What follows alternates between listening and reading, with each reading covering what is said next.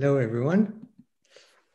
Welcome to the 2020 Sim Peter Beer lecture.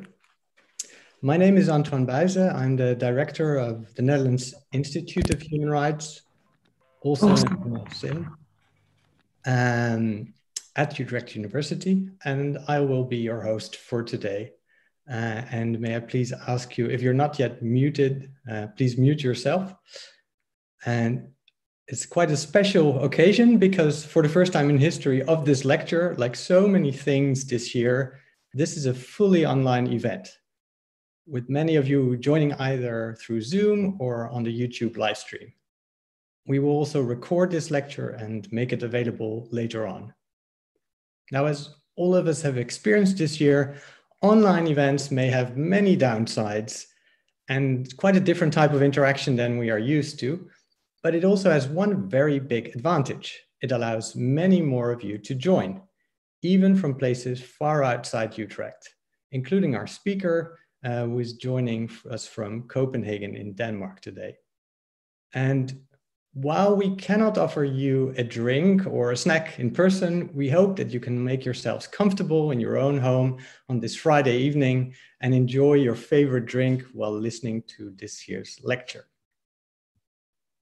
Every autumn, we celebrate the founding of SIM, now 39 years ago in 1981, as an institute where human rights are taught and are studied with a passion. And this year, even while working remotely from home and juggling with many challenges, SIM researchers have continued to provide input on the human rights issues of today, ranging from the Black Lives Matter movement to human rights aspects of the many current states of emergencies and the consequences of the pandemic on the civic space of all of us as citizens. Even more than before, we try and reach out to our students, for whom studying presents many new challenges this year as well. And we've made knowledge clips therefore freely available online in the context of open science, and we will continue to do so. Our SIM massive open online course on human rights for open societies has now reached a staggering 30,000 people globally, making it perhaps the education project with the biggest reach in Utrecht University's history, if I may say so. Now, all of this could not have been done without a team of very dedicated and persevering SIM colleagues, and I'm grateful to work with all of them. They work in the very spirit of the late Professor Peter Beer, a former director of SIM, whom we also honor with this annual lecture. Our speaker will say a few words about who Peter Beer was, but let me at this point already warmly welcome the online attendance of 3 generations of family members of Peter. We're very happy that you are joining us today. It's a pleasure and honor to welcome this year's speaker, Nanny Jansen Revendlo. She is the founding director of the Digital Freedom Fund, which supports partners in civil society to advance digital rights through strategic litigation. She's also an associate tenant at Doughty Street Chambers, and she teaches both at Columbia Law School and at Oxford University. Nanny graduated in civil law and public international law from the University of Amsterdam, and she specialized in human rights at Columbia Law School and the European University Institute. Until 2016, she led the litigation practice of the Media Legal Defense Initiative, representing clients before virtually all international human rights mechanisms.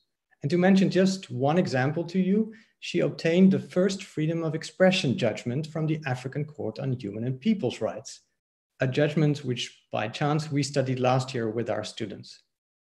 When Nanny and I first met many years ago in one of those posh marble-clad offices of a big Zuidas law firm in Amsterdam that organized a human rights event on free media, I was already struck by her drive, her knowledge, and her contagious enthusiasm for the defense of rights.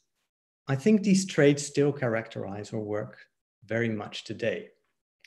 And from the experience gained in her current position, she will reflect today on the possibilities and pitfalls of online human rights or digital human rights, the importance of which, especially this year, goes without saying. Before we start, may I already invite all the students in the audience to think of questions you may want to ask afterwards, as I will give you as students the first opportunity before all the others. Nanny Janssens Revendlow's lecture is entitled Ensuring Human Rights for All in the Digital Age. Dear Nanny, we're greatly honored that you will deliver this year's lecture, and I would say, over to Copenhagen, the virtual floor is yours. Thank you so much, Antoine, for this kind introduction, and thank you everyone for joining us today in this most unusual year. It's an honor to be delivering this lecture, which is part of a series, as Antoine just mentioned, that is named in memory of the late Peter Beer, one of the pioneers of human rights research and activism in the Netherlands. A political scientist, Peter Beer played an important role at Amnesty International, both in the Netherlands and internationally, and he was indeed the director of the Netherlands Institute of Human Rights, so SIM, at Utrecht University from 1991 until his retirement in 1997. And following his passing away in 2010, this annual SIM lecture series was renamed in his honor. And I understand that his family members, 3 generations even, are joining us here today as well. And I would like to extend a special welcome to them. Thank you for being with us today. I just referred to this year as unusual, which history may or may not judge to be the ultimate euphemism for the situation that we are going through. What is certain, however, is that our current circumstances were not foreseeable when Peter Beer was doing his important human rights work, and they were certainly not foreseeable at the time that our current international human rights framework, the Universal Declaration of Human Rights, and the 2 binding treaties that followed them, the International Covenant on Civil and Political Rights and the International Covenant on Economic, Social, and Cultural Rights, was drafted following World War II. Nevertheless, this human rights framework persists today, and it is proving to be as relevant as ever amidst the global pandemic and a landscape of rapid technological change, both of which are having significant impacts on our human rights. We will touch upon all of these issues over the next half hour, after which I look forward to engaging with you in further conversation. Let's start with digital rights. The way in which we exercise our fundamental rights and freedoms have been transformed in what is often referred to as the digital age. Looking at our daily lives, it's difficult to imagine many aspects of them that are truly free from technology. 3 years ago, I wrote that in many ways, we were already living the sci-fi future we once imagined. The Internet of Things is here. We ask a device on our kitchen table to play our favorite music, tell us what the weather will be like, or how long we should boil our eggs if we want them hard or soft.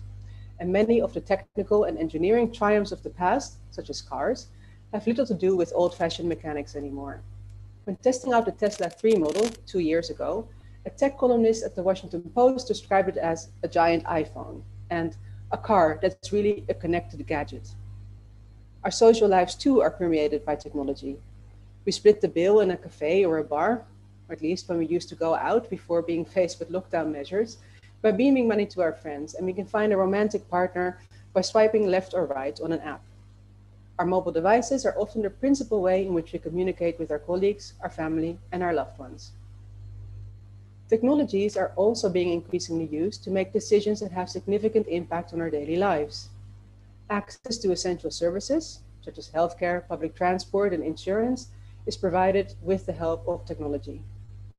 Algorithms help decide if we can get a loan, if we are suitable for a job, and can even determine how we'll be treated by the justice system. Add to that the impact that social media platforms have been shown to have on information ecosystems and elections, and we see a clear line between technology and the very health of our democracies. To the extent that the line between what is offline and online ever really existed, it is now blurred to the point of invisibility. This is brought all the more into focus in the context of the COVID-19 pandemic, where we are relying on technology more than ever before, and the difference between those of us who have easy access to tech and connectivity and those who do not can have serious implications for our health and livelihood. At the organization that I run, the Digital Freedom Fund, we work under the motto that digital rights are human rights. And this means 2 things in particular. First, it means that we consider all human rights as engaged in a digital context to be digital rights. So not only the traditional civil and political rights, such as privacy and freedom of expression, but also economic, social, and cultural rights. I just mentioned how technology is being used to make important decisions about our lives and often facilitates our access to essential services. This relates to, for example, our right to health, our right to housing, and an example that has been brought to the fore in the COVID-19 context of schooling during lockdown, our right to education. If digital rights are human rights, then why would we use a different term? The label digital rights helps pinpoint the sphere in which we are exercising our fundamental rights and freedoms. The digital context can mean both physically constructed spaces, such as infrastructures and devices, as well as spaces that are virtually constructed, like our online identities and communities. Using a term that expresses the context can help draw attention to it and also helps frame and highlight its fundamentality in a compact manner. With our digital rights under threat on many fronts, this is important. Just as it was important in 1995, 25 years ago, for Hillary Clinton to state at the Women's Congress in Beijing that human rights are women's rights and women's rights are human rights, and for President Obama in 2016 to stress that LGBT rights are human rights, we should all be aware that digital rights are human rights too, and they need to be protected. There is an additional important layer to mention here, which brings me to my second point. Digital rights are human rights also means the human rights of all in a digital context, not only the rights of those we still implicitly take to be the norm or the quote-unquote average person in our society, or in technology, the average user, namely the cisgender, able-bodied, white male. While the ever-expanding use of technology in our lives holds much promise to help us change things for the better by offering increased efficiency, precision, and also good old-fashioned convenience, it also has the potential to exacerbate what is wrong in our societies. Technology can reproduce and even amplify the power structures present in our society, especially when it comes to issues of ethnicity, gender, and ability. It also has the potential to amplify social and economic inequality. This is something we need to examine carefully and respond to before we reach the point of no return. Today, we will examine these issues more closely. First, we will take a look at the protection of digital rights and specifically the role the courts can play in safeguarding our fundamental rights and freedoms in a rapidly changing landscape. Then, we will briefly consider the impact that the COVID-19 pandemic has had on our digital rights. And finally, I will reflect on how we can guarantee the human rights of all in a digital age. So looking at the question how we can decolonize technology and how we can decolonize digital rights. We'll start with the courts. While the concept of human rights is often criticized, it is said to be an ineffective Western imperialistic system, it's a framework that I believe has an indispensable role in our society.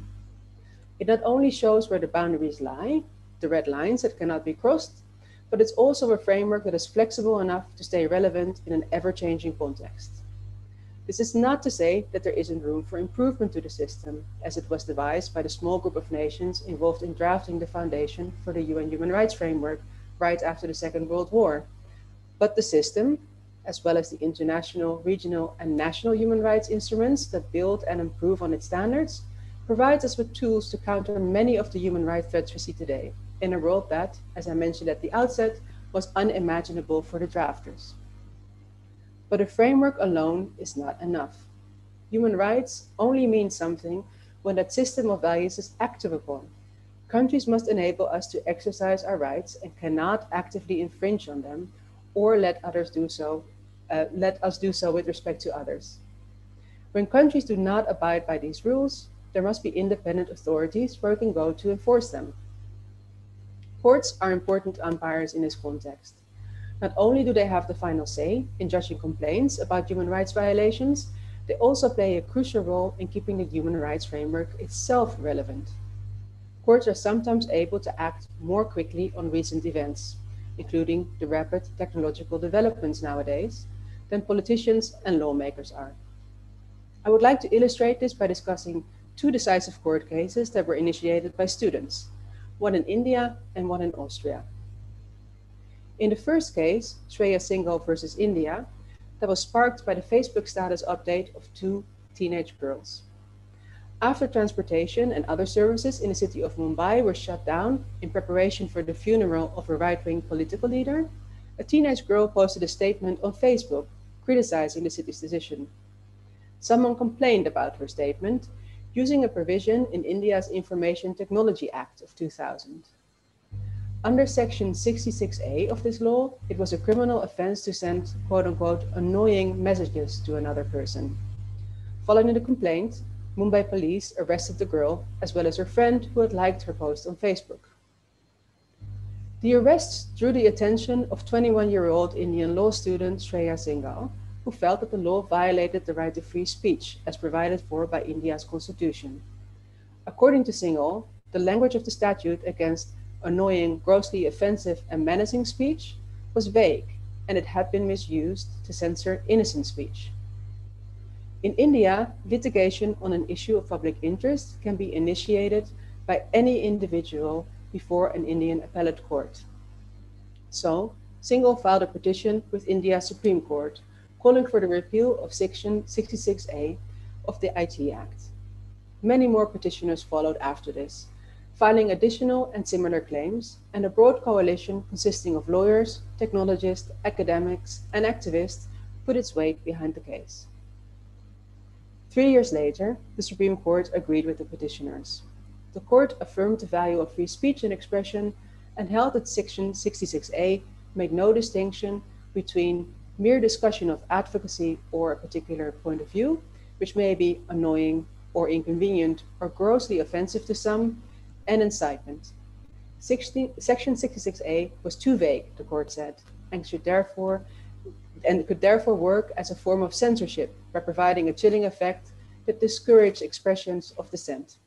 It struck down the provision in a decision that was perceived as a triumph of free speech lawyering and activism.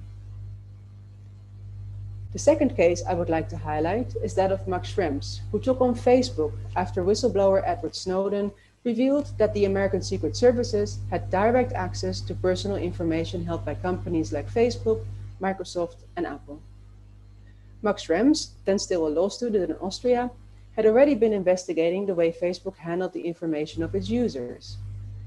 After a conversation with a lawyer from Facebook, he filed a request to access information on the platform, and in response, he received a CD-ROM with 1,222 pages of information, including data he had deleted online and data from friends of his own Facebook friends, people he didn't know at all.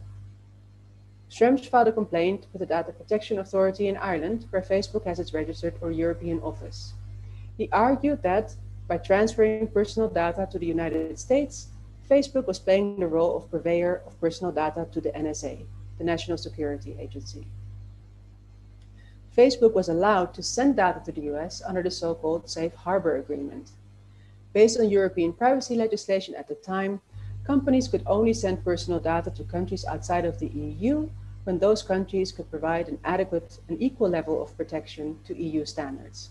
The United States, to which we send a lot of data, but where the legal protection of privacy across different states is far from universal, did not offer sufficient safeguards.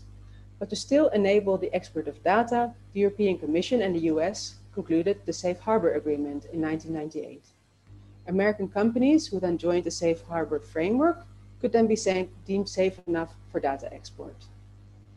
Schrems' complaint was referred to the Court of Justice of the European Union, which in October 2015 declared Safe Harbor invalid, meaning that any further data export to the US, to enable that, a new framework had to be developed. Both cases show that because a student got upset and went to court, all citizens in the jurisdiction of that court got a chance for a better protection of their digital rights. Cases like that of Shreya Singhal and Max Schrems are part of a long tradition of going to court, not only to protect human rights, but also to promote them. These are not just regular court cases, but strategic litigation, in which the goal pursued transcends that of the individual case. Many strategic cases from the United States appeal to our imagination, like Brown versus Board of Education, a decision that enabled desegregation of schools, or Obergefell versus Hodge, which finally legalized gay marriage in 2015. But there is a rich history of social lawyering here in Europe as well, which resulted in many victories, including on the right to hold demonstrations or the right to freedom of speech. Some cases were big and dramatic and resulted in huge leaps forward in a short time span, and others were years or even decades in the making and part of a carefully planned strategy. What all these cases have in common is that they allowed courts to protect human rights where legislation and policy did not suffice. For courts to exercise this role, they need to be given the opportunity. They have to have cases brought before them. Cases can end up before courts by chance or with an intended purpose or a specific aim, which begs the question, what makes a court case strategic? A first characteristic is that the case is aimed at bringing about change. This can look at many different things: a change in the law, change in the application and implementation of the law, or a change in the wider policies around the specific issues. A second characteristic is that the impact of the case is intended to go beyond the individual or group acting as claimants, so those bringing the case. The case is not just litigated to get results for those who brought the case, but for a broader group. In Singhal's case, the decision had a direct impact for everyone in India, and in Schrem's case, the CJEU's decision affected the entire European Union. A third characteristic is that the case is part of a wider strategy or movement. This last element is crucial. Litigation that is strategic is more than a court case alone. It is one of the many tools in the toolbox being used for creating the society we want, and employed in tandem with other efforts, such as advocacy, lobbying, and campaigning. Singhal's and Schrem's cases were cases that set safeguards for our rights. Strategic litigation can also be a helpful tool for working to achieve a variety of other goals, including changing law or policy, as we have seen in the recent Siri case in the Netherlands, where the courts ruled a risk scoring algorithm used by Dutch authorities to identify people likely to commit welfare fraud to be in violation of the right to privacy as protected under the European Convention on Human Rights. But it can also be used to change practice for truth-telling and transparency, or for raising public awareness about problematic issues within our society. All of these objectives are applicable in our current context, where automated decision-making is just one of the many new frontiers we and our legislators need to keep up with. The courts need to keep up with all these new technological developments as well. And as the guarantors of our rights, we need to take them with us in this changing landscape and give them the opportunity to engage with these issues. An often heard response to new technological developments is to adopt new legislation, but we do not always need that to make sure our society remains a just one. We first need to properly investigate what frameworks and tools we already have in place and consider how we can make optimal use of them. Litigation, when properly framed and conducted, can help the courts fill gaps the legislator is unable to address at short notice, and also point the way to there where additional or improved regulation would be the most helpful and effective. One situation that has been challenging for governments across the world to deal with is the COVID-19 pandemic. Faced with an unprecedented situation, relying on seductive quick fixes in the form of technology, tracing apps, symptom checking apps, digital immunity passports, to name but a few, has proven to be too hard to resist for many governments. The narrative of tech inevitability was quick to take hold, eagerly supported by big tech. Tensions between protecting public health and upholding people's basic rights and liberties have risen in the context of the pandemic. While it is of course necessary to put in place safeguards to slow the spread of the virus and protect those at risk, it's absolutely vital that these measures are balanced and proportionate. Unfortunately, this isn't always proving to be the case. The pandemic has triggered a myriad of human rights violations, with Amnesty International commenting early this year that human rights restrictions are spreading almost as quickly as the coronavirus itself. The fast-paced nature of the pandemic response has empowered governments to rush through new policies and introduce new technologies with little to no legal oversight. Some of the human rights violating measures that have been adopted to date have been taken outside the framework of proper derogations from applicable human rights instruments, adherence to which would have ensured that emergency measures are temporary, limited, and supervised. We have seen legislation being adopted by decree without clear time limitations, and we are seeing technology being developed in a context where clear rules and regulations are absent.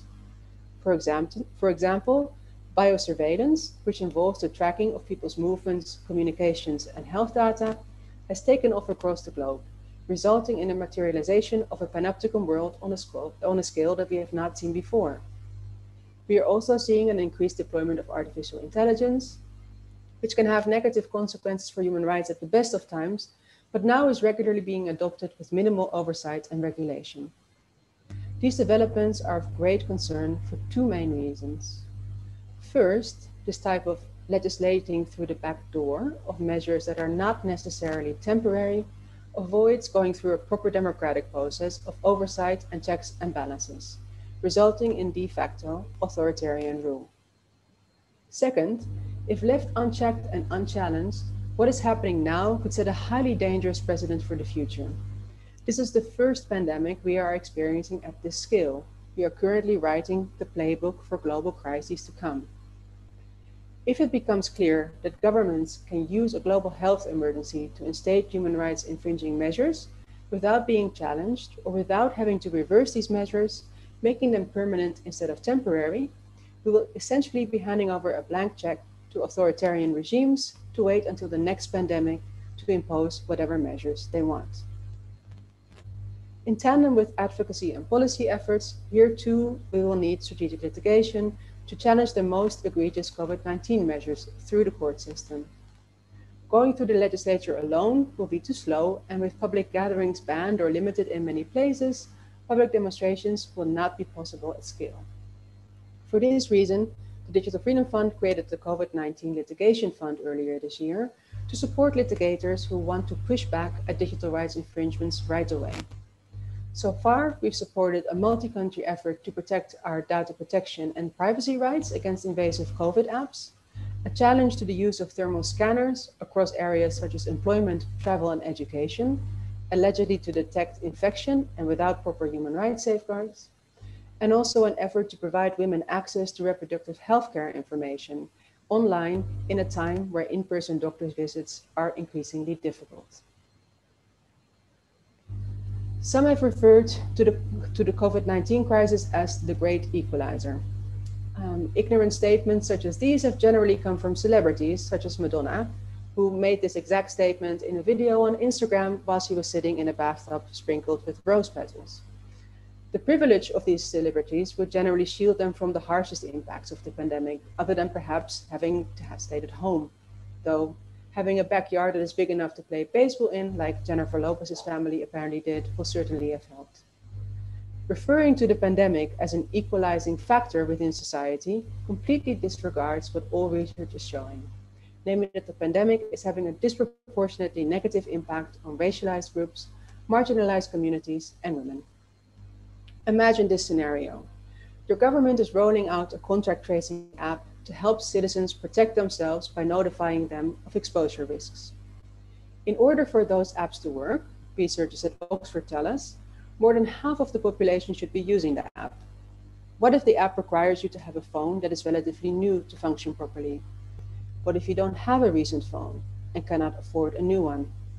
What if you don't have a smartphone that is yours alone or not at all? What if you do, but you can only access internet if you are able to connect to free Wi-Fi? Rather than being an equalizer, the pandemic underlines how technology replicates and reinforces societal power structures and positions of wealth and privilege. This is nothing new. We've seen plenty of examples of this from before COVID-19 hit. One well-known example is the way that Google search engine results reinforce racism. Professor Safiya Noble has written extensively about the way Google image searches for terms like woman or girl produced images that were for the most part thin, able-bodied, and white. Here, as a slight preview to what we'll talk about in a moment, when we look at the cause of these problems, it is good to keep in mind that in 2018, the year that Noble's book Algorithms of Oppression was published, Google had a workforce that included only 1.2% women. The list goes on though. Hiring software that favors white male candidates, Google job ads that shows ads for higher paying jobs predominantly to male user profiles, facial recognition technology that's unable to recognize non-white, non-male faces, Apple's credit card offering lower credit rates to women, software that's only able to classify gender in a binary way. The list continues. So what causes us to have these problems in the first place? First, there is a common and incorrect assumption that technology is neutral. The apps, algorithms, and services we design ingrain choices made by their creators. It replicates their preferences, their perceptions of what the quote-unquote average user is like, what they want or should want to do with the technology. Design choices are based on the designer's worldview, and therefore it also mirrors it. When those designers are predominantly male, privileged, able-bodied, cisgender, and white, and their views and opinions are being encoded, this poses serious problems for the rest of us. And this relates to the second cause, which is that Silicon Valley has a notorious bro-grammar problem. When you look at any graph reflecting the makeup of Silicon Valley, where most of our technology here in Europe comes from, and this is a problem in and of itself, as technology developed from a white Western perspective is deployed around the world, this is easily visible. For professions such as analysts, designers, and engineers, the numbers for Asian, Latina, and Black women decrease as role seniority increases, to the point that they literally become invisible on a graph because their numbers are so small. However, a predominantly male, white, and able-bodied workforce is not the only thing that factors into technological discrimination. A third cause is that technology is built and trained on data that can already reflect systemic bias or discrimination. If you then use those data to develop and train new software, it is not surprising that the software will be geared towards replicating those historical data. Technology based on data from a racist, sexist, classist, and ableist system will provide outcomes that reflect that racism, sexism, classism, and ableism. Unless a conscious effort is made to get the system to make different choices, systems built on such data will replicate the historical preferences it has been fed. And finally, we don't work consistently with interdisciplinary design teams. Engineers will build technology to certain specifications, and those will have systemic biases baked into them. You can have all the non-male, non-white, non-ableist engineers you can think of, but it will not be up to them alone to solve the systemic problems. It is unhelpful to focus on the systems alone, as it negates the political and societal systems in which it is developed and in which it operates. An interdisciplinary approach in developing technology systems is therefore crucial. There's a role for social scientists and others, including human rights lawyers, at crucial stages of the design and decision-making process. Developing suitable technology is not just a task for engineers and programmers. Now, we obviously have a large-scale problem on our hands, and one that should be urgently addressed, as we are seeing our reliance on technology grow by the day. There are, however, a number of things we can do, both in the shorter and in the longer term. First, we can push for moratoriums on new technologies until we understand their social impact, particularly on human rights. The call for a ban on the use of facial recognition technology, excuse me for 1 second, I need to take a sip of water.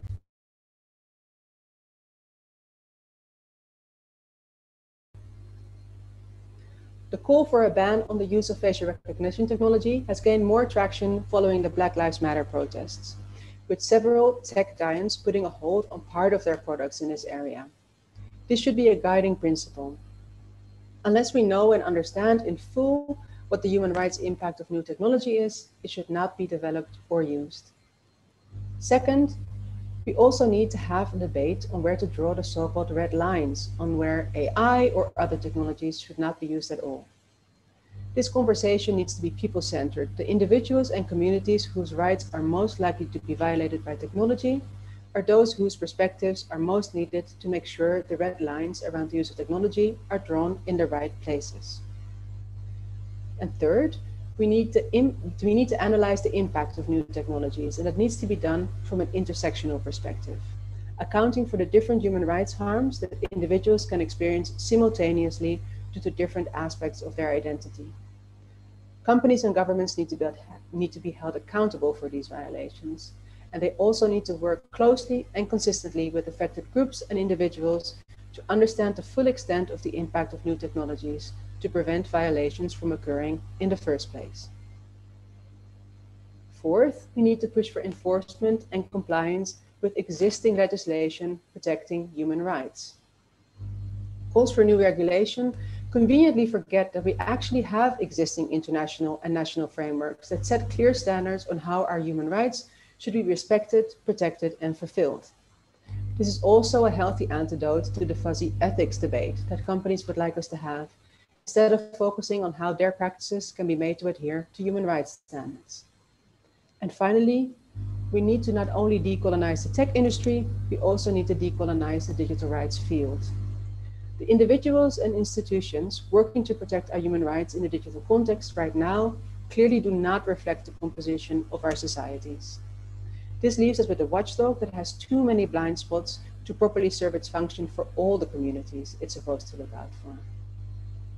To address this last point, when I say that we need to work on a decolonizing process, I mean that we need more than what is often referred to as diversity and inclusion. To make the change that needs to happen, we should not focus on token representation, which essentially treats the current status of the digital rights field as a pipeline problem, but we need to change the ecosystem on a structural level. We need to change its systems and its power structures. And that is something that's fundamentally different from including those with disabilities, from racialized groups, the LGBTQI+ community, and other marginalized groups in an existing flawed ecosystem. At DFF, we are therefore working on a process to decolonize the digital rights field instead, together with European Digital Rights, also known as EDRI.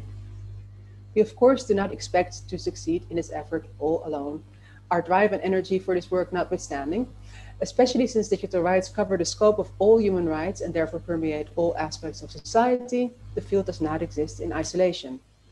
We can therefore also not solve any of these issues in isolation either. There are many moving parts, many of which will be beyond our reach to tackle. But we do need to start somewhere, and we need to do so with urgency, as we need a proper watchdog to fight for all of our rights now, more than ever before. Much has changed since we first started talking about the need to decolonize digital rights 2 years ago. The recent international Black Lives Matter protests have done a lot to boost awareness about systemic racism. This is on the one hand encouraging, and on the other hand, the threat of decoloniality becoming yet another buzzword that people like to use but not practice looms large. And the irony of our work now being of interest to many, the media, policymakers, funders, now that it has been validated because the white gaze became captivated by racial justice protests amidst the boredom of a global lockdown, is also not lost on me. That being said, the current mood does illustrate how necessary this work is, not only in the digital rights space, but everywhere in our society. And the more of these processes we can set in motion, the better a world we'll be creating for all of us. These are not easy times. The challenges are manifold, and at times it is difficult to balance the conflicting interests that we are faced with. But if we continue putting human rights front and center in facing these challenges, we have a compass to navigate ourselves towards a future that is fair, safe, and equitable for all of us. Thank you. Many thanks, dear Nani. And to the audience, please unmute yourself and join me in a virtual round of applause for our speaker. This is always a bit weird online, but thank you for your critical thoughts, Nani. And it's definitely something Peter Bear would have appreciated, specifically also on what you said about changing the ecosystem on a really structural level. And I think it's now time for questions from the audience. Since we are with quite a few people, I would like to ask you to type your question in the chat, and I can then bring forward a number of them and give you the floor to ask your question with audio, in which case, and only then, please unmute yourself. And as announced, I would really love to give the floor first to our students and PhD students to engage with this lecture and the many thoughts included in it. Because as Nani showed, also the students played quite an important role in some of these cases, so which is interesting in itself. So if you are a student, or if you feel like a student, just add the word student in to your question in the chat, and I'll be happy to give you the floor.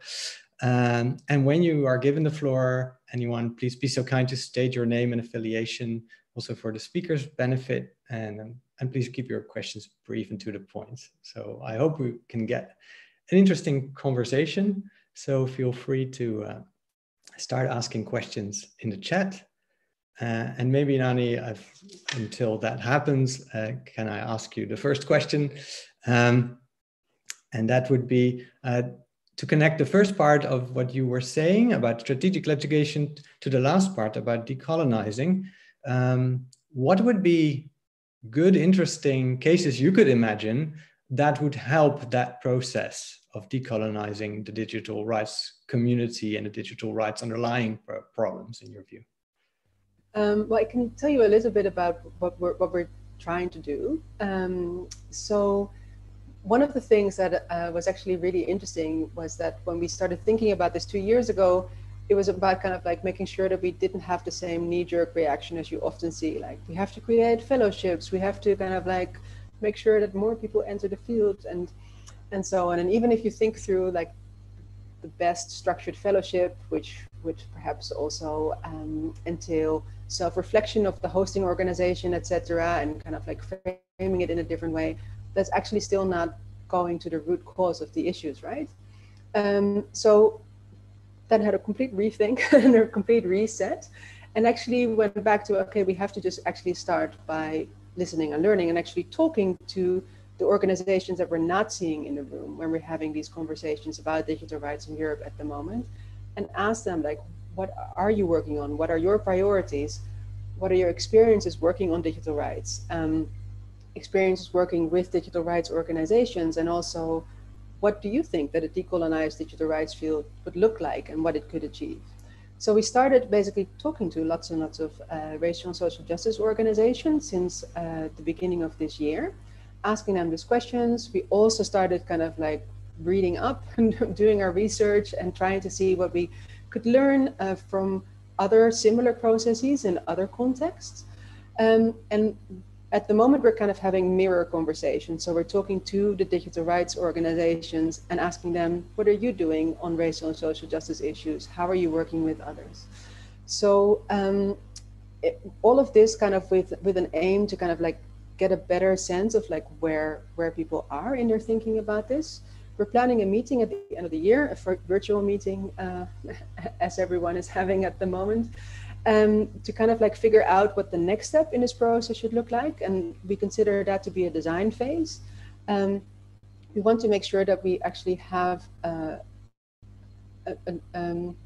process to design a program that actually comes from the different stakeholders that have to kind of be part of this process. And that's the racial and social justice organizations, it's the digital rights organizations, it's funders, it's kind of basically everyone who's kind of like a part in the system as we currently have it. And then we hope to come to a robust multi-year program that would help initiate actual structural change. Great, thank you. Meantime, many questions have popped up, but one is about, it's quite complementary to this one. That's the first one that came up from Sabine. So Sabine, if you would like to ask your question, because it relates to this as well, I think.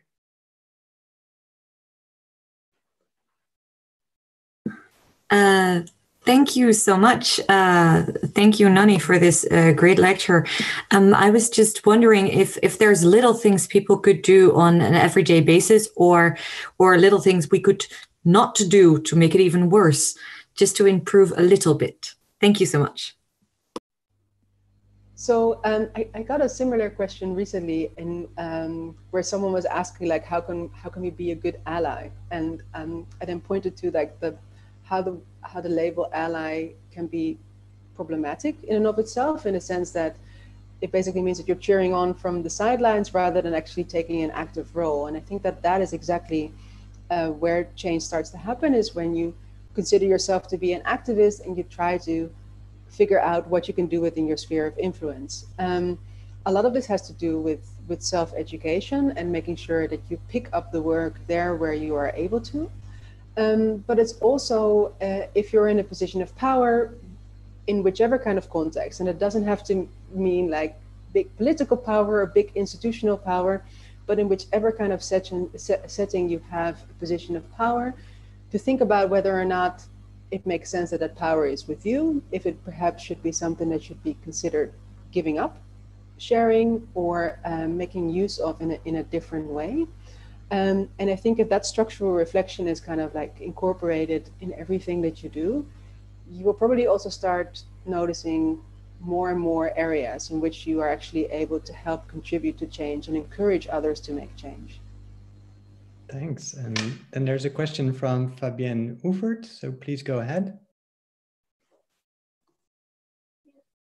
you. So I'm wondering, like, how we do reconcile the right to development of technology and full human rights protection, especially when it comes to AI. I guess at some point there are certain things that we won't be able to explain anymore, and I guess it is in our human nature to develop further and further and don't stop with that development, but also we want to make sure that it is human rights compliant. So how do we reconcile that? That's the first question. And I had another one also, like Paul Nemitz, which was one of the lead authors of the GDPR. He said that sometimes AI shows us our discriminatory patterns because we feed them data which is biased, but sometimes we don't know it's biased. So the AI results can show us discriminatory patterns and then we can act upon this. So I was just wondering what you think about that. I have to kind of remember what the first question was about, the right to development. And so I think there's a couple of things in there. One is, like I mentioned earlier, the narrative of tech inevitability, right? And I think that this is, I don't have a clear-cut answer like how we should be doing, but I think this is something that we should be continuously questioning, right? The idea that tech is going to help us along, is going to help us go further, go faster, better, etc., is something that needs to be very critically assessed, and it needs to be really critically assessed in the balance of, like, what are we giving up perhaps in the context. And in my view, this cannot be the full enjoyment of our human rights. So this is something that kind of like needs to be front and center whenever new technology is being considered, when it's being designed, when it's being tested, when it's being implemented, etc. And the same actually goes for this idea that the tech will run away with itself, basically, without us, just because we created it that way. But then the question is, we created it that way. The technology didn't create itself, right? So there's also design choices in that. There's design choices in the level of scrutiny that you allow for new technology. I think a lot of this narrative has been fed by companies, basically, who don't want anyone to look under the hood of the products that they design because of IP reasons, competition reasons, etc. And it's quite often actually is also a very convenient narrative for those who buy those products, which in a lot of situations are actually states, institutions, etc. But this is not an inevitable kind of characteristic of technology, including not of AI. So I think it's really important to keep on asking critical questions. And I think in a way, this also kind of like leads to answer your second question about AI showing us where our flaws lie, etc. There's a problem there, again, that we are not interrogating the tech sufficiently, and we're also not giving it its right place as a tool. What you see in a lot of situations where it turns out that tech is being used that's wildly discriminatory, it's actually not being given a proper place as a potentially flawed system that might be able to help you along with certain things, rather than kind of saying, well, the computer says so it's fine, right? And I think that is a really big difference in the way that we engage with the tech. Do we indeed use it as a mirror to kind of like show us where we're failing collectively, and therefore figure out how to improve on that? Or do we just blindly rely on the technology because we think it's neutral, et cetera, the things that I mentioned before? So a lot of that, again, lies with us and how we engage with it, and also how we respond to it, and also how actively we intervene to correct those imbalances. Thank you.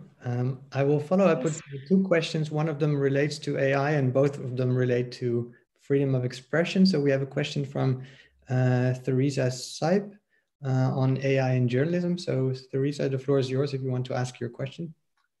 Hi, yes. I would just like to ask if you have an opinion on the use of AI in journalism or news organizations in general, especially in terms of media pluralism and media diversity. Could you elaborate on that a little bit? Also on freedom of expression, to make it even more tough on you, Nani. Question from Marlene on free speech and hate speech combating online. So Marlene, if you want to ask your question. Yes, hi. thank you for the lecture, and I would like to ask if you have any thoughts on how to combat racist speech online or hate speech online, and on the other hand, upholding the freedom of speech online as well.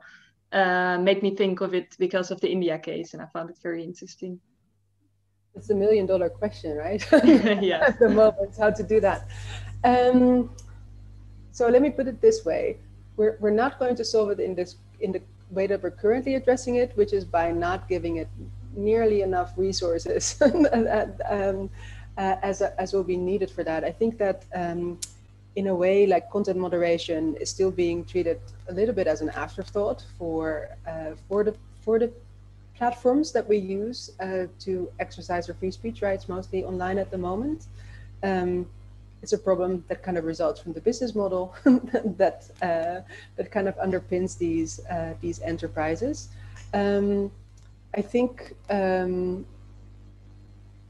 lot more needs to be done there, both as regards like transparency in like what kind of takedown decisions are being taken. There need to be more accessible ways of challenging and actually having a conversation about why certain speech is or isn't taken down. And there needs to be a lot more investment in actually making sure that a lot of these decisions are made based on localized knowledge, because a lot of the problems that we're seeing is because things are being automated in a not very clever way, let me put it that way. And also those decisions are often made by people who are very far removed from the context, who are unable to actually judge things properly. And I think that kind of like touches upon the issue that we always have, right? In the conversation about like hate speech versus freedom of expression, it's always a very context specific decision that needs to be made. It's a very context specific cause.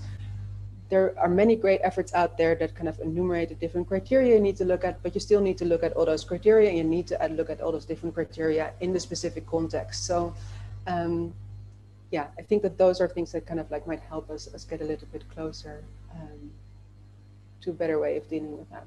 I think there was a question before it, but I now actually... the question on journalism and AI, artificial intelligence in journalism.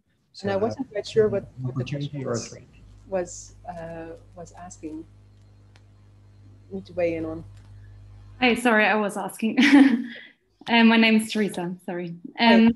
No, it's just, you partly answered it already, but my question is mainly the use of artificial intelligence in news organizations and in journalism, because it brings a lot of opportunities with it, of course, such as data journalism and etc. But do you consider also some threats to it, especially in terms of media pluralism? Because of course AI works in patterns and the data can be discriminatory, etc. So I was just see if you have an opinion on that. I think there's a lot of beautiful things that can be done with data journalism, and it can particularly be super helpful too in making kind of insightful the things that are kind of half shared with us, but like literally in the form of a data dump, but not placed into context, so making it really difficult to access for an average person. But as I think, as I kind of answered some of the previous questions, a lot of it depends on how you use it and being aware of the limitations that are there. I actually think that it would be a great opportunity, actually, in the context of journalism, to perhaps build some better tools. But maybe I'm being too optimistic there. And about optimism, maybe you also made a proposal about being very careful with new technologies and even maybe banning them. And there's a question about that from my colleague here from the university, Professor Janneke Gerard. So Janneke, if you want to ask your question. Well, yes, thank you very much. And thank you for a really good presentation as well. I was just wondering about this ban that you propose on facial recognition. I was thinking perhaps we are a little bit past that already. I mean, facial recognition is a technology that is used in a great many applications already, ranging from from our telephones to airports where they use facial recognition for the security services. And of course, certain uses of facial recognition are highly problematic, and perhaps they should be banned. But banning the entire technology, I'm not sure if that would work. So perhaps we need much more tailor-made, much more precise tools that really take account of how we plan to use technology, and whether that use of technology is well suited to achieve that purpose. And we need a lot of instruments, I think, to better design the use we are making of technologies. But I think it's just going a step too far to just say, well, as long as we're not entirely sure about the outcomes and the quality of algorithms, we better not use them. And I was, well, curious to learn a bit more about your thoughts on that. So I think there's two things that you point to that are really important in that regard. One is that there's different types of facial recognition technology. So if, to use that context of airports, if we're talking about like one-on-one matching, so matching a face with a photo in a passport and there's no storage, that's a very different conversation than kind of like live scanning a crowd of people against the database, right? With technology that we know is unable to deal with the diversity of human faces that we have in crowds. So that is one thing. Then the other thing is like, it's not necessarily about saying that we shouldn't be using it at all, but I think that the conversation is currently being had in the wrong order. We are not having the conversation first, where do we not want to use technology that could have specifically grave consequences for people's human rights? So let's not even go there. Rather, we're saying like, we have the technology, let's just kind of see where we can use it and figure out use cases that might be completely unsuited for the technology in question. So I think it's a distinction also between like the type of technology that we're talking about and also then the specific settings in which we actually think it's acceptable to consider using them. And that should be a first conversation, the red lines, then there should be a proper impact assessment, and then you can make a well-informed decision as to whether or not for a certain use case, certain technology is suitable to use. So kind of a human rights impact assessment for the digital world as well. There's two more questions which are very closely related from two colleagues who are asking whether the current system of human rights and case law that we have are sufficient or not, in your view. The first is from Lisbeth Lijnzaad. So Lisbeth, if you want to ask your question. Oh dear, yes, hello there, and congratulations, Nani. That was a very impressive lecture. I was wondering, because the examples you're giving are really great examples of how far you can get with a court case, but at the same time, it's perhaps not a great idea to rely on court cases as the main mechanism to advance and getting much more control over these over the human rights impacts of this digital technology. So are there any prospects of maybe moving to well, to say a treaty is perhaps a bit bold, but guidelines or something like that? And I wanted to use the a comparison of the way in which in international humanitarian law, the use of guidelines or of informal pseudo-legal instruments, such as the Tallinn Manual, are at any rate sort of standardizing what is or what is not acceptable. Now, perhaps people may disagree about the content of both the Tallinn Manuals. The one is about armed conflict, and the other one is about anything that happens below the level of armed conflict. But through the process of trying to draft those rules, some sort of a general common understanding has been reached. I was wondering whether this is a model that you could see happening And if I may be bold, since posting my question, my other question is, if you compare the protection of, let's say, classical political rights to protection against all the discriminatory effects of the use of digital technology, would you agree with me that the main problem is, on the one hand side, the deference we seem to have for the impact of technology, and on the other hand, the fact that it requires a certain level of knowledge to understand where exactly the mechanisms lie for a protection of the right to speech, or the right to promote your ideas through writing. What you essentially need is you need to be able to read and write, to understand all this technical digital stuff. It's much more. It is much more in depth, and frankly, I must admit, I'm not very digitally skilled.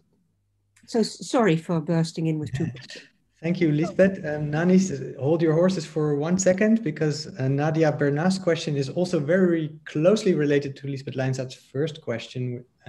So Nadia, if you want to take the floor for your question. Yeah, thank you very much, Antoine, and thank you, Nani, for this great lecture. I've learned a lot. I heard your point about how maybe we don't need new instruments, or we don't need more regulation to address the human rights issues that technology is creating. And so in this context, I was wondering, what would you think of the idea of a UN special rapporteur on digital rights as a sort of soft mechanism to start discussing these questions at the intergovernmental level, but also maybe with companies? Do you think that would be a good idea for civil society organizations to advocate for this? Would that be a good use of resources? And I'm just curious about what you think about that idea. Thank you. Thank you. This is a really good question, and it's one you're touching upon where I started in the lecture about the idea that it's good to pinpoint a specific context, right, in which human rights are engaged. But on balance, I would still say no in the end, because I actually think that the investment would be much better made in kind of making sure that the current mandate holders are able to deal with their mandate across both the digital and the non-digital spectrum. Particularly because the two kind of like spheres, if you still want to refer to them as such, are interrelated, and they have an impact on each other. And I think it's actually quite encouraging that you're seeing that more and more across the different mandate holders at the moment. They're starting to kind of like issue more thematic reports, and also paying more attention to that also in country-specific reports. Even though it's still a small group within the mandate holders, but I would actually say, like, if we're going to kind of like invest time and resources into that, it might actually be about having conversations with all of these mandate holders, how the digital aspect actually should be incorporated fully into their work. So that's where I would probably rather go there. And I think, so maybe this is a good one to kind of like tie the question about knowledge and transparency to that. Because I think that there's still a lot that we can engage with without really knowing in detail like how the tech works. I'm like perhaps the most stereotypical lawyer in that sense. Like, I like to read, like as soon as it comes down to numbers, like not really my thing, and yet it's possible to engage with these matters. I do think, however, that Lisbeth's question kind of like points to an important shortcoming, I think, of the work that digital rights activists and the digital rights field is doing at the moment, and that's that we're not doing a good enough job translating these issues to a relatable level for everyone. We often kind of like internally, when we discuss things and we're talking about communicating things to the outside world, I always make the joke that we have to make sure that my mom understands what we're talking about, who also kind of like shies away from technology or anything that sounds too complicated. One of my colleagues, it's his grandmother, so we have kind of a different tech savviness in our different families. But it's about indeed making relatable to people like how these issues actually affect their daily lives. And I think that is also one of the biggest risks actually that we have right now. We're kind of like blissfully ignorant about what's going on, and therefore it's actually super easy also to kind of like sign away rights, to kind of agree with general terms and conditions, like, and just kind of let stuff happen to our data without critically examining that, whereas it would be a lot more visible for us in the quote-unquote offline context. On the issues of standards, there are a great deal of many initiatives at the moment actually that are looking at also at the EU level of like regulating AI, etc. Many of which don't make me very enthusiastic. There's also many expert level groups, etc., that are dealing with new technology, but often not very much from a hard, if I can put it that way, starting point of taking human rights as kind of the premise for all of this. And I think that is problematic. I would love for there to be some wonderful strong principles on how to engage with human rights in the context of technology from an intersectional perspective, and not to kind of like plug my own work, but like we worked with the Human Rights Commissioner from the Council of Europe to at least kind of like come with some initial guidance for states to kind of like look at AI in particular from a human rights perspective. But I think that there's a lot of scope for that to actually be elaborated upon and actually give a lot more direct and a lot more concrete guidance to states and also companies actually on these issues. Yeah, so let's do it. Sounds good. Thank you. And you then moving to a bit of a different point. You mentioned some of the dangers of algorithms, also in terms of discrimination. And there was a question on the other side of algorithms. Can they also help the other way? So that was from Christian Duist. Christian, if you want to ask your question, a former student of ours, by the way. Yes, that's correct, Antoine. So the former student who now works at the Netherlands Institute for Human Rights. And we have a digitalization and human rights program. And one of the things that the Institute did in the past was checking job vacancies on discriminatory languages online with algorithms. Mm-hmm. So in a way, we also use technology to promote human rights. And as of course we all know, us humans aren't very good at hiding our biases or even our unconscious biases for that matter.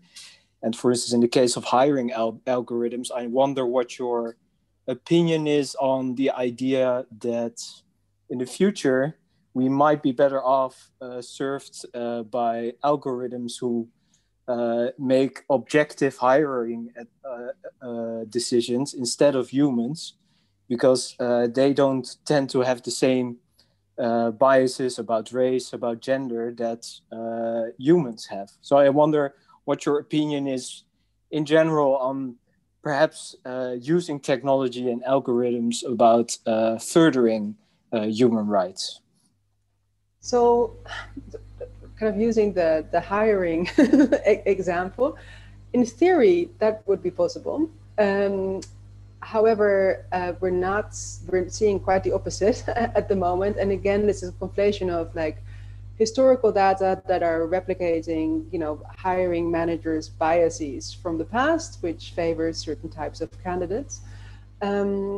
and kind of blindly relying on what the hiring software is going to tell you, right? And assuming that it's neutral, even though it's actually replicating biases.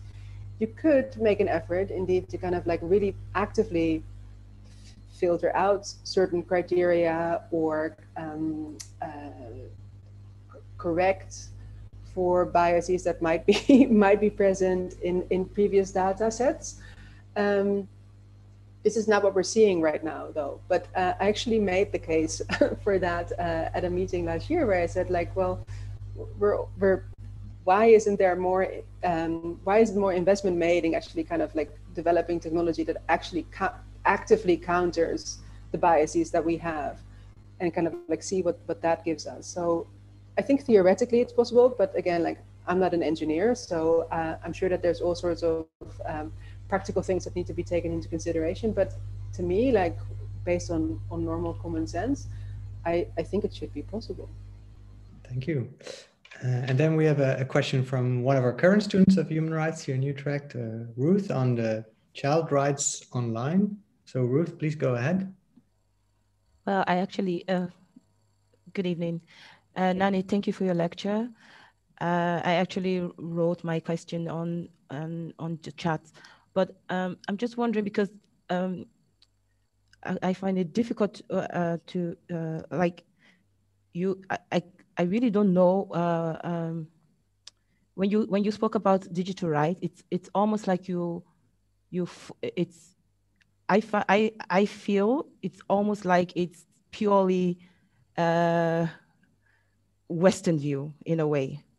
Because if you look at child rights, for instance, like you have all this legislation being introduced in France, in England, and children are being addicted to their mobile phones, but you don't have that level of protection in Africa, for instance, where there are no legislation or protection, actually zero protection, and a lot of abuse going online.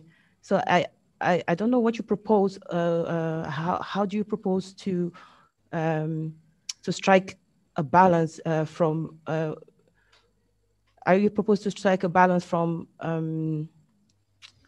the protection of children, and also from without violating other rights? Like I said, you have parent pushback and student pushback against legislation from the use of mobile phones by students. Yeah, so I don't know what your view is on that. That's a lot of things wrapped in one. Let me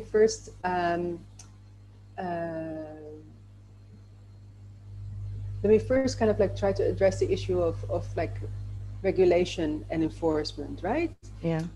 So I think that you're saying that there's a very varied landscape across the globe as to like whether or not there's specific legislation being put in place to protect young people online. Yeah. Right? Yeah. So I think that that is actually one of the situations in which I would definitely investigate and see if strategic litigation could be a helpful tool to actually start pushing for that, in a sense that you will get clarification, right, as to what are states' obligations, like in protecting a safe space for children in different contexts, be it in the education context or others. You'd want to kind of try and figure out like where you have a pretty good chance of kind of like getting through the national courts relatively quickly with a solid judgment that you can appeal at the international level, so you have a wider impact, right? And that would have to kind of go hand in hand, like with efforts to kind of like talk to legislators, making them more aware of these issues, and trying to push to kind of like take legislative initiatives. In a perfect situation, those two efforts would reinforce each other, right? And you could kind of like get to generate a public debate on these issues, and you'd hopefully kind of like end up with a slightly better landscape. And I think that the point that you're referring to about like the tension about like situations being restrictive, being perceived as restrictive by some. So in this case, the young users, right? I think you are referring to. And the need to want to be protective is in a way very similar as in other spaces where we see basically tension between different rights And it's all about like figuring out like where does the balance lie, right? And then also in which context should there be kind of an overriding power for caretakers and those who are responsible for the well-being of the young people to kind of like say where those limits are and where are they able to kind of like judge that for themselves. But it's a little bit difficult to kind of like say in very general terms right now where that boundary should lie. But I think that those tensions are generally healthy because it helps us kind of like discuss these issues in more details and actually figure out where we think that those lines should be drawn. I don't know if this answers your question to a certain well, to a certain degree, but I'm just wondering, just a quick follow-up question. Like, hello? Yeah. I'm just wondering, just a quick follow-up question. But are you looking at digital decolonizing from the perspective of universalism or from relativism? Because, yeah, because like my first question regarding child rights and the protection of child rights and legislation, but because you have to look, but from if you look at the view from the point of view of culture, and like I said, we have like zero protection in Africa. So, and of course, you have somewhat protection in Europe. So I don't know if you're looking at decolonizing digital rights from the point of view of universalism or from relativism. Thank you. Nani? Thank you. I'm afraid I don't entirely understand the question, but I would love to kind of like talk to you after we close, because I would like to make sure that I understand and also to give you a proper answer, if that's okay. Okay, thank you. Yeah. Thank you, and thank you, Nani, for the Q&A. It's almost always just as interesting as a lecture because there's much more interaction, and just like your lecture, your Q&A took you touching upon many different topics. So thanks very much for all of you for participating, for asking the questions in a great discussion, I think. It's time to wrap up now, though. So I would like to thank those of the colleagues who have helped to organize today's event, which are Helena and Linda and Kevin, for all the preparatory work for this. And of course, a very warm word of thanks to our speaker of today, Nani Jansen-Reventlow, for kind of digitally triggering our minds on a Friday evening. That was wonderful. And your lecture will be published in the Netherlands Quarterly of Human Rights for those of you who want to reread it later. And we will also put online a recording of the lecture. And then I hope to see you next year when SIMS will celebrate its Jubilee 40 years with a special event. So see you all then, and hopefully again in person in 3 dimensions. And bye for now.